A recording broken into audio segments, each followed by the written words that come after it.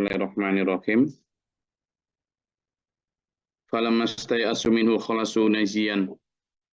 Jadi setelah Yusuf kekeh untuk tetap menghukum Benyamin karena kedapatan dalam tanda kutip mencuri, sudah ditawari, udahlah gantiin kami aja, satu di antara kami ini yang bisa menggantikan dia, karena bapaknya itu tua, kasihan nanti.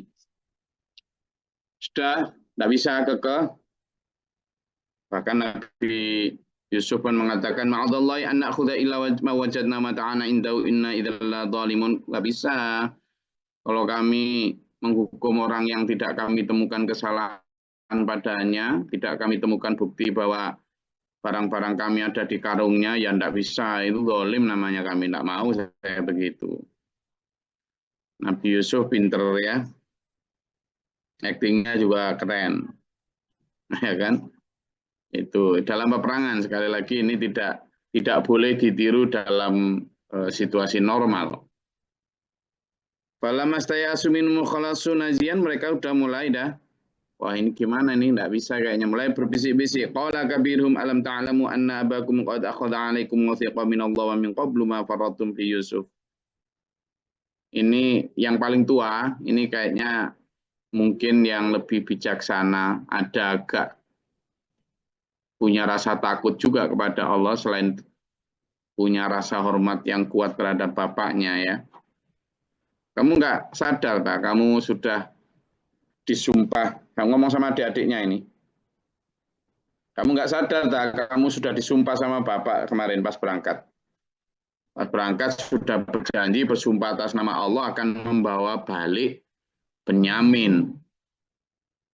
Sumpah itu sudah kamu sampaikan setelah sebelumnya ma'afarrotum fi Yusuf. Juga sebelumnya sudah bersumpah akan bawa balik Yusuf pada saat dulu. Tapi malah kamu cemplungin ke sumur. Terus sekarang kemarin kamu tidak dipercaya. Akhirnya kamu merengek dan disuruh sumpah untuk nanti pasti membawa Yusuf Benyamin balik. Nah sekarang nggak bawa balik, kamu nggak ingat kamu. Waduh sudah enggak. La falan abroha. Maka aku sendiri nggak mungkin aku berani meninggalkan al-ardo bumi Mesir ini, enggak. Hatta ya'danali abi, sampai nanti bapak ngasih izin sama aku. Aku enggak berani pulang lah. Enggak mau saya pulang. Karena saya pulang itu enggak lah. Au yahkumallahu li. Atau Allah memberi hukum kepada aku, enggak tahu nanti gimana hukumnya, Allah terserah. Ini mungkin yang lebih tua ini lebih agak punya kebijaksanaan, lebih agak punya rasa taat lah. Mungkin ini juga dari di antara saudaranya Yusuf yang dulu menyarankan agar jangan dibunuh aja, jangan bunuh Yusuf. Kan rencananya mau dibunuh tuh Yusuf tuh. Jangan bunuh Yusuf. Kalau memang kamu mau menyingkirkan dia, masukkan aja ke sumur supaya nanti diambil sama al-air, para kafilah. Jadi masih berpikir tentang jangan sampai membunuh lah. Kalau mau menyingkirkan ya diasingkan aja. Ini pula yang kemudian merasa bahwa tidak layak aku pulang kalau aku masuk orang-orang yang mengingkari janji dan sumpah. Aku siap dihukum Allah dan aku tidak akan pulang ke sana kecuali ayah mengizinkanku. Atau Allah memberi hukuman kepadaku. Wa khairul hakimin, dan dialah Allah sebaik-baik hakim. Irji'u ila bikum faqulu ya abana inna ibnaka saraqa wa ma syahidna illa bima alimna wa ma kunna lil ghaibi hafizin. Kamu sekarang adik-adikku balik ke abi, ke bapak. Balik, ya bilang apa adanya aja. Inna ibnaka saraqa.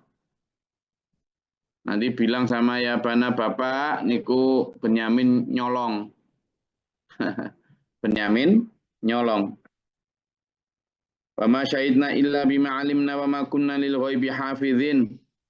Dan leres loh, kami tidak kok kemudian bersaksi ini saksi palsu atau kami bersaksi ini tanpa pengetahuan benar. Ini benar-benar ini Bi. Bapak, ayah, papa. Dan kami memang kemarin berjanji bahwa akan menjaga Benyamin. Tapi kalau sifat mencuri gitu ya kami nggak bisa jaga lah gitu. Jadi dia bilang bahwa yang bisa kami jaga ya raganya, jasadnya, tapi kalau perilakunya ya nggak bisa jaga, intinya gitu dia. Was'alil qaryatal lati kunna fiha wal 'airal lati aqbalna fiha wa inna lasadiqun. Kalau masih tidak percaya Pak, sampean tanya deh orang-orang yang ada di penduduk sana waktu ada pemeriksaan itu. Penduduk Mesir saya tanya, atau sampean tanya juga para kafilah selain kami yang juga menyaksikan pada saat pemeriksaan itu. Mereka tahu semua, mereka tahu pada saat Al-Aziz memeriksa karung-karung mereka, masyarakat juga tahu, para kafilah juga tahu, benar-benar ada tempat minum raja itu di karungnya Benyamin, terbukti. Lah tapi ini loh, nah ini loh dulur ya, melek ya. Ini loh Nabi Yakub, karena beliau seorang nabi ya, punya kewaspadaan tinggi, punya apa ya,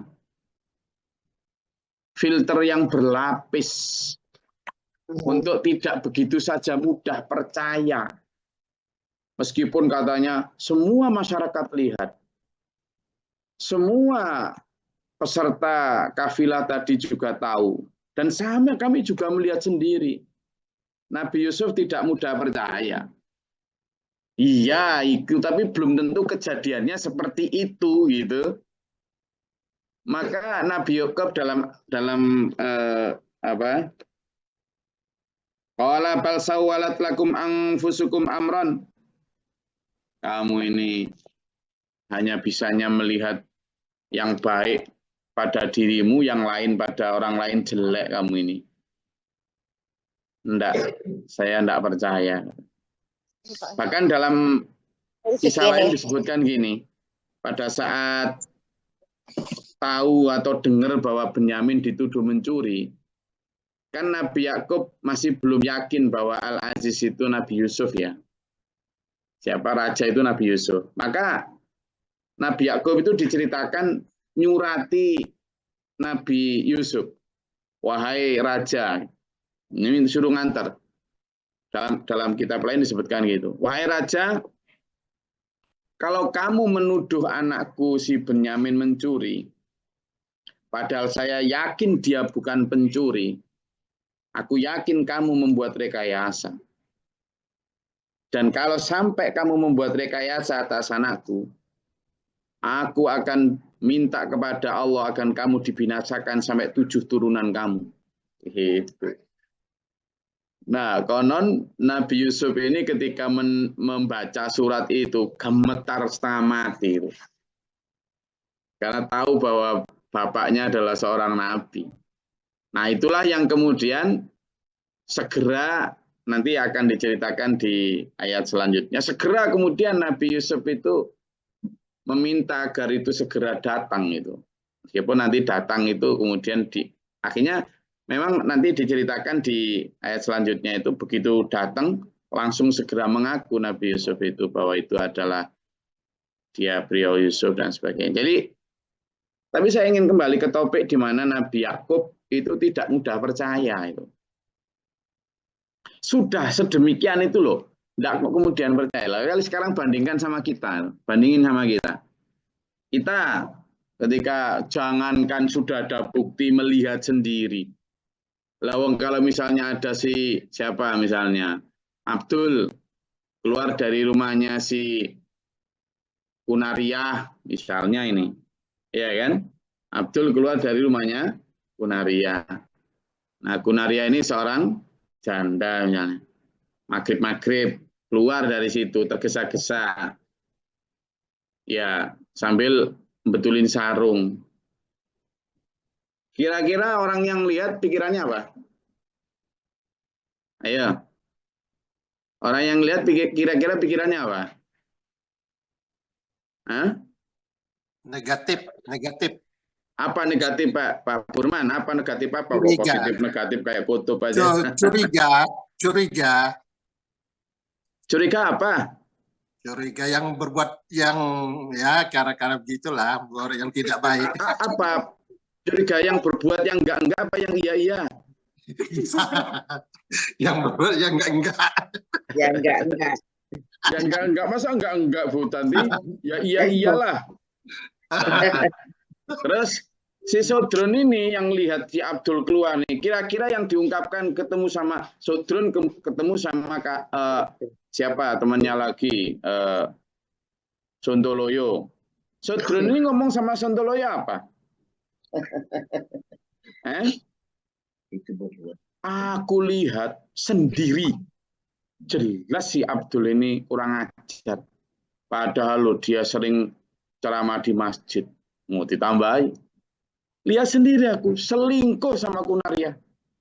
Kemudian nggak ada yang namanya Kunaria. Tak lebih, jangan Kunaria lah. Siapa misalnya? Nyi Roro Kidul. Selingkuh sama Roro Kidul. Kamu lihat, saya lihat sendiri. Padahal dia lihat hanya apa? Siapa? Sodron, Abdul keluar dari rumahnya Roro. Jangan Roro Kidul lah.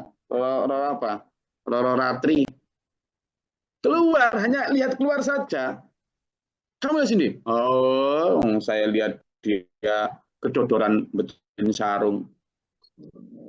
Si Sontoloyo yang dengar berita dari si siapa? Sodron. Dengarnya kan beritanya, saya lihat sendiri dia keluar dari rumah itu sambil betulin sarung. Memang betul dia melihat. Kira-kira Sontoloyo kemudian cerita lagi sama temennya namanya Angelina Jolie. Cerita nih sama Angelina Jolie. Nah, ceritanya ternyata si Abdul selingkuh keluar dari rumahnya si Roro Ratri. Lihat sendiri temanku itu. Dan ternyata Roro Ratri sampai nganter keluar itu sambil acak-acakan. Ditambahi apa? Acak-acakan. Sudah terbentuk nih. Nah, si Angelina Jolie dasar memang suka cerita ya. Dia pegosip ulung. Cerita sama temen arisannya. Apa yang diceritakan? Ternyata Roro Ratri lo ketangkep basah. Kan? Sama si Abdul. Jelas selingkuh berzina sudah sampai diarak kampung. Gak ada tadi itu. Kira-kira temen si ini yang arisan ini keluar dan menyebar itu apa yang muncul? Ditangkap polisi, digebukin, tambah karuan. Gitu loh. Ternyata apa? Ternyata begitu diteliti benar, si Abdul ini dimintai tolong suaminya Ratri yang malam itu. Kan tadi dikabarkan janda ya. Bukan suami. Ternyata malam itu ada kakaknya Ratri yang pulang dari kota lain, kakak kandung laki di situ, dan memang temannya Abdul minta tolong betulin apa? AC. Dan datang karena memang apa? Dari masjid dia datang ke situ, dia betulin sarung karena memang melorot. Dan di situ ada si temennya Hakim. Ada temennya Abdul Hakim, kakaknya Roro Ratri, nggak ngapa-ngapain. Di situ ketemunya sama siapa? Hakim. Dan nggak ketemu sama Roro Ratri sama sekali. Tapi memang Hakim tidak ikut ngantar keluar. Yang keluar hanya kelihatan siapa? Abdul. Tapi coba, orang sedesa kira-kira lebih percaya mana? Cerita yang aslinya bahwa tidak terjadi apa-apa atau cerita yang bohong? Ya cerita bohong, sama dengan Nabi Yusuf ketika berada di kamar dan ternyata yang keluar dari kamar situ adalah Zulaikha sama Yusuf di kamar. Padahal yang datang ke kamarnya Yusuf siapa? Zulaikha. Tapi kan itu di rumahnya Zulaikha, Yusuf di situ kan pendatang. Kira-kira mungkin nggak? Kayak gitulah. Jadi Mungkin nggak sang ratu yang goda pembantunya, ya pembantunya lah yang waduh, kan gitu pikirannya. Jadi ayo kita mulai belajar seperti yang dicontohkan oleh Nabi Yakub ini. Tidak mudah percaya meskipun kayak sudah ada bukti. Makanya saya kemarin bilang, gimana caranya mencegah agar kita tidak percaya? Pertama, ketika ada berita buruk, jangan percaya. Jadi begitu ada berita buruk, jangan percaya. Sebaliknya, kalau ada berita baik, percayalah. Kalau ternyata berita buruk tadi benar, dan sampean sudah tidak percaya, ya sudah, kalaupun benar-benar terbukti benar itu berita buruk seorang berbuat aib, Allah sudah dawuh, Nabi Muhammad juga sudah sarankan, tutuplah aib saudaramu, berarti berhentilah menyebarkan fitnah. Bahkan seandainya tidak fitnah, berhentilah menyebarkan aib saudaramu, berhenti membicarakan. Jadilah orang penyetop aib orang. Karena kamu aibnya nanti banyak dan akan ditutup Allah di akhirat. Sebaliknya juga, ketika ada berita baik tentang seseorang, langsung percayalah. Alhamdulillah, ternyata dia baik. Jangan iri. Jika ternyata faktanya tidak sebaik yang diceritakan, ya doakan saja. Mudah-mudahan dia menjadi baik seperti yang diberitakan. Selesai loh. Dulu.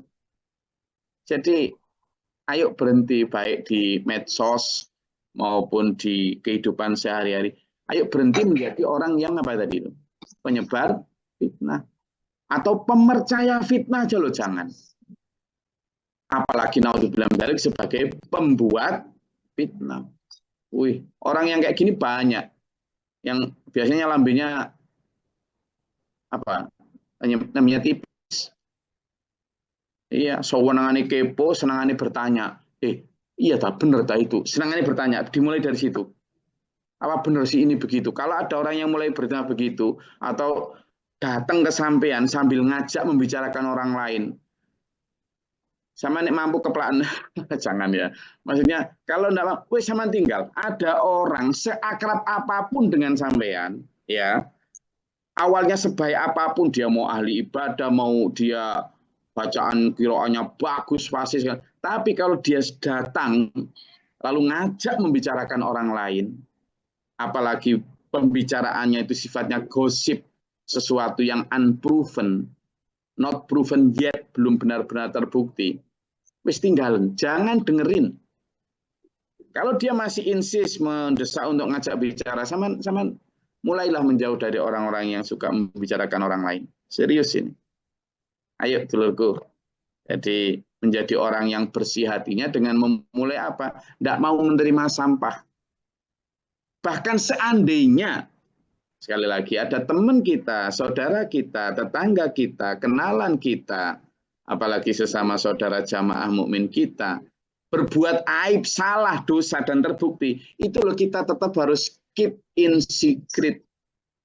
Tetap menjaga itu sebagai sebuah aib yang perlu dirahasiakan, nggak perlu diumbar. Apa fungsinya coba? Karena belum tentu orang yang sedang khilaf dan berbuat aib itu lebih jelek dari kita. Bisa jadi dia punya satu aib, tapi sebenarnya kita punya 100 aib yang tidak dibongkar Allah aja. Gitu loh. Makanya ayo dulu mulai menjadi orang yang menjaga diri. Betul ini. Ada 171 kamera ini naik turun nih. Ayo belajar itu dari kasus atau kisah Nabi Yusuf, kisah Nabi Yakub ini. Kita banyak belajar dari apa? Bagaimana menjadi orang-orang yang bersih hatinya dengan tidak memberikan tempat pada sampah fitnah dalam diri kita, dalam pikiran kita. Bisa ya? Sakit ya? Jadi kalau ada berita buruk, jangan dipercaya tentang orang lain. Jangan percaya, wis, kamu percaya aku. Bahkan seandainya berita itu terbukti benar bahwa orang itu jelek, jadilah orang yang penghenti fitnah, penghenti aib, penutup aib saudara. Tapi kalau ada berita baik, langsung percayalah. Wih, bagus ya kali ya, syukurlah. Dan ternyata kalau ternyata tidak sebaik yang diceritakan, ya tetap doakan. Mudah-mudahan dia benar-benar baik seperti yang diberitakan di awal. Weh, itu aja dah. Bersih hati kan. Terus kita lanjut dodolan, kita lanjut silaturahmi, wes enak. Jadi nggak ada orang yang kita malas ketemu. Itulah, ya. Jadi itu saya rasa pelajaran yang bisa kita ambil. Kenapa di sini disebutkan ketika kemudian bahkan itu Nabi tetap tidak ada asa ayatiani katanya fasobrun jamil, sabar itu yang paling utama. Asallahu ayatiani bihim jami'a, saya tetap berharap mudah-mudahan Yusuf dan Benyamin dikembalikan dua-duanya. Innahu wal alimul hakim, percaya yakin bahwa Allah maha mengetahui dan maha bijaksana.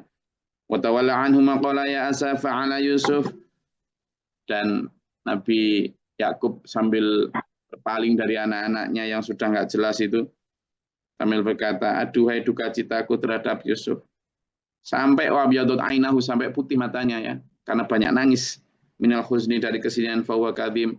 Tapi di sisi lain beliau juga orang yang mampu menahan amarah, nggak sampai berkata buruk, dasar anak bat, nggak sampai begitu, ditahan beliau. Karena kalau sampai keluar mengutuk anaknya terkutuk benar, kasihan, mandi kan tuai, ditahan.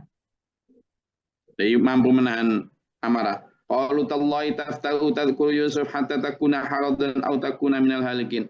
Nah, anak-anak yang lain, keluarga-keluarga yang lain, mantu-mantu yang lain, ya bapak itu memang demi Allah kau senantiasa eling ambek Yusuf. Yusuf 40 tahun hilang, masih dieling-eling, masih diingat. Ini udah 40 tahun. Hatta takuna haradan, sampai nyenengan niku lho kena penyakit parah niku lho, sampai mripate kados ngoten. Sampai meripatnya seperti itu, enggak nyali hatta autakuna minal halikin, nanti sama lama-lama nyenengan itu jadi enggak jelas loh Pak. Oh gitu ya. Ini kan pandangan orang manusia biasa. Sementara Nabi kan tahu yang terbaik. Ya. Jadi itu kita diajarin dari kisah Yusuf ini bagaimana melihat sesuatu itu dari banyak sudut pandang, dari banyak sumber-sumber baik, nah hanya sumber suudzon, ya. Jadi kalau ada siapapun, mau jamaah, mau teman, mau kerabat, mau orang yang paling akrab, kalau datang lalu ngajak bicarakan orang lain, ngajak buka keburukan orang lain, ngoreksi orang lain, bukan ngoreksi diri, jelas jelek itu, guys. Itu yang disebut fa in ja'akum fasikun. Ketika datang kepadamu orang fasik. Jadi orang yang datang untuk membicarakan orang lain, apalagi keburukan orang lain, itu jelas orang jelek, begitu aja. Meskipun dia hafal Quran, meskipun dia fasih bacaannya, terus saya lihat sendiri, ngotot tinggalan. Itu saran saya. Oke? Nah, monggo kalau ada yang ditanyakan silakan.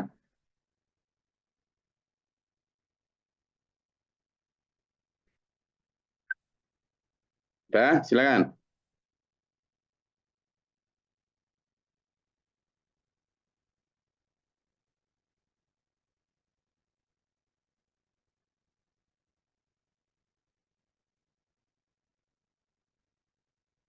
Ada? Kalau tidak ada, ya tidak apa-apa. Sudah saya akhiri dan ayo kita jadikan betul, Dulur ya. Setiap kisah ini menjadi cermin buat kita. Doakan Gus Glory juga. Doakan.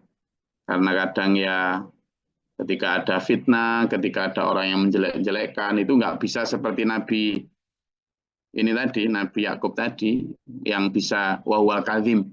Kadang kepingin marah. Ada orang ngomong Gus Glory gini, Gus Glory gitu. Kadang pengen marah itu. Karena tidak sesuai kenyataan, tapi ya sudahlah. Kadang begitu, doain ya. Apa Mas Rahman? Izin Gus, mungkin ini sedikit recall buat kita semua ya Gus, terkait dengan apakah ada momen di mana kita boleh menyikapi, maksudnya membuka klarifikasi ya. Gus. Itu. Kemudian pertama itu, kemudian yang kedua di luar topik sih Gus, terkait dengan kodok sholat. Dia ada teman kalau misal dia sudah meninggalkan sholat itu, sholat wajib ya Gus, itu karena mungkin kelalaiannya habis itu karena sudah terlampau lama, bagaimana kodok ya Gus? Karena kan sholat wajib kodoknya harus dengan sholat itu. Apakah memang setiap habis sholat harus sholat kembali sebanyak tahun yang dia tinggalkan, atau memang yaudah bertobat dan dimulai dari awal saja? Jadi gini, pertama tentang apakah ada yang bisa, boleh kalau kayak misalnya penegak hukum gitu ya, penegak hukum yang memang bertugas untuk membuktikan satu perbuatan kriminal, ya memang dia harus mencari bukti sampai ketemu. Dan masyarakat juga berhak tahu kejadiannya seperti apa gitu ya. Memang kalau itu bukan mengumbar aib ya, tapi toh demikian dalam UH pidana itu tetap harus ada misalnya disebutkan inisialnya saja, namanya, bahkan kadang kalau di dalam press conference kan ditutupi mukanya dan lain sebagainya. Itu untuk tidak mengumbar aib ya. Tetapi ada satu hukuman sosial yang memang harus diumbar. Seperti apa misalnya? Di masa lalu hukum potong tangan itu ya untuk mencuri. Kan kalau habis dipotong kan ya kelihatan tangannya nggak ada, berarti dia habis mencuri. Seperti itu kan kayak expose ya. Dan semacam itu memang termasuk hukuman sosial untuk efek jerahnya. Gitu. Kalau itu memang harus dilakukan oleh pemerintah, oleh hakim yang berhak. Nah, saya tadi bicara tentang pribadi kita masing-masing. Misalnya kita habis melihat ada expose kriminal tentang si A, si B membunuh, mencuri, kita itu loh jangan membicarakan itu. Meskipun itu sudah terbukti salah. Di pengadilan juga tetap harus gitu bahwa al-yaminu ala mudda'i, kemudian dan sebagainya, itu harus jelas siapa yang bersalah. Tapi hak untuk melakukan itu adalah yang pihak berwenang, qadhi, hakim, atau pemerintah, bukan kita. Nah, kita sebagai pribadi-pribadi tetap harus berpegang teguh pada kita harus menutupi aib saudara kita. Ya, itu yang pertama. Yang kedua tentang qadha. Jadi sebenarnya hukum qadha itu kan kalau dari sisi pengertian qadha sholat kan berarti melaksanakan sholat yang terlewat atau tidak bisa dikerjakan pada waktunya karena berbagai alasan. Misalnya qadha terlewat karena lupa tertidur, ya wajib mengqadha sholat tersebut segera, misalnya subuh sampai jam segini belum, baru ya tetap harus sholat subuh saat itu juga.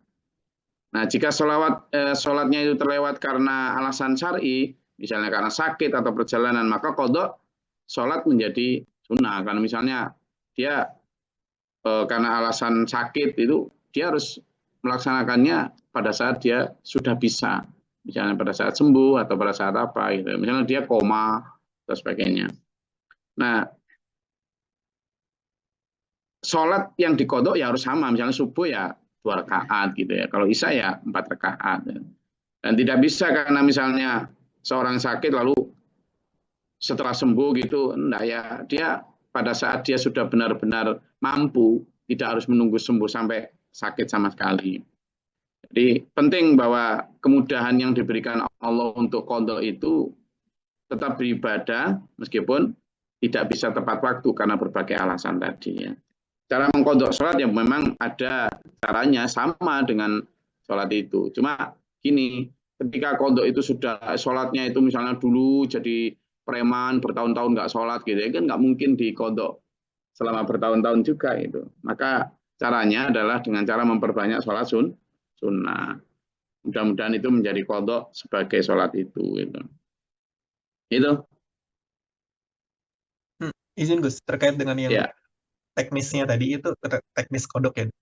Itu berarti semisal sakitnya 10 hari itu, kemudian totalnya kan berarti ada 2 kali 10, 20 rakaat Gus. Nah, itu apakah pelaksanaannya itu ketika sudah sembuh, oh nanti setelah habis sholat subuh pada waktu tersebut, atau bagaimana Gus terkait dengan waktu dan segala?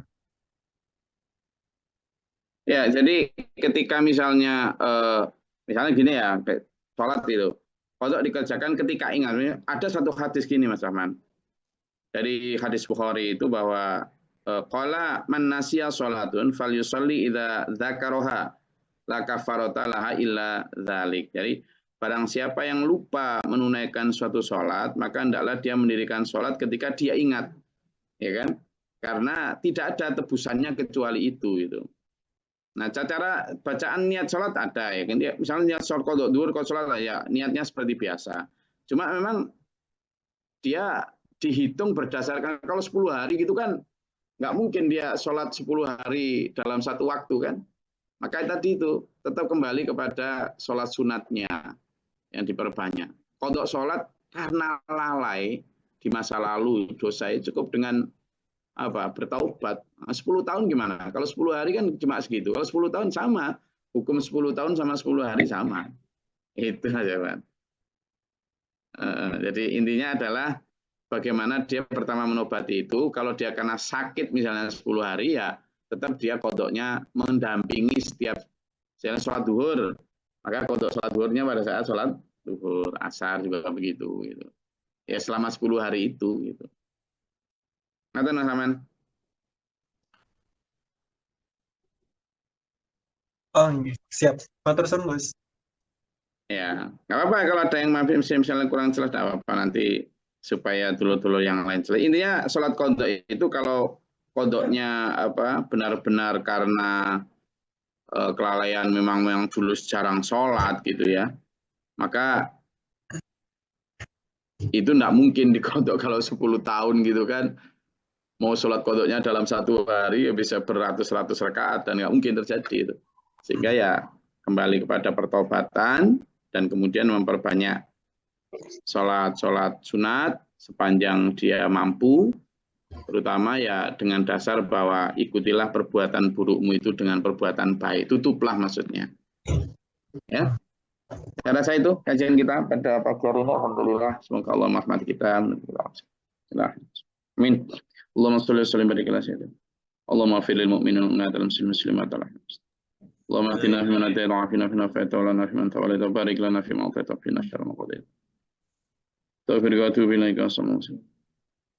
Allahumma dafa'na al-bala wal waba wa nastina min syai'in syarr. Rabbana najina wa lina sa'ina.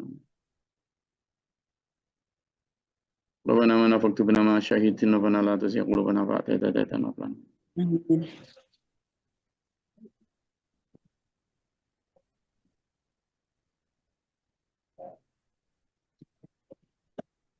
Rabbi a'udzu bika min hamazati syaitan wa a'udzu bika rabbi ya'durun. Allahumma ta'ala wa rahmatika Allahumma zilna rahmatan wa yadan wa tilan darajat. Allahumma afrig lana sabra wa sabri wa lana fansan kun kafir. Allahumma fatir samawati wal ardi bil ghaibi wa syahadati rabbana. A'udzu billahi min syaitanir rajim wa badaraka syaitan sallallahu alaihi wa sallam min syarri qalbi ta'ala. Rabbana hab lana min azwajina wa dhurriyyatina qurrata a'yun.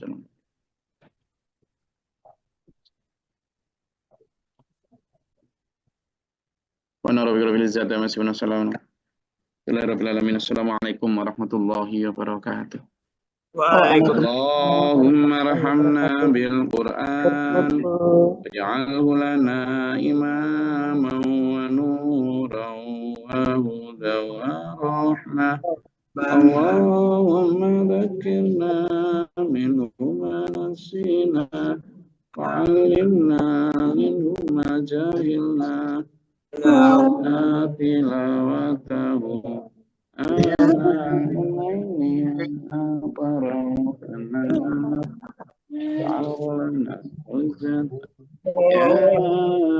Rabbal Alamin.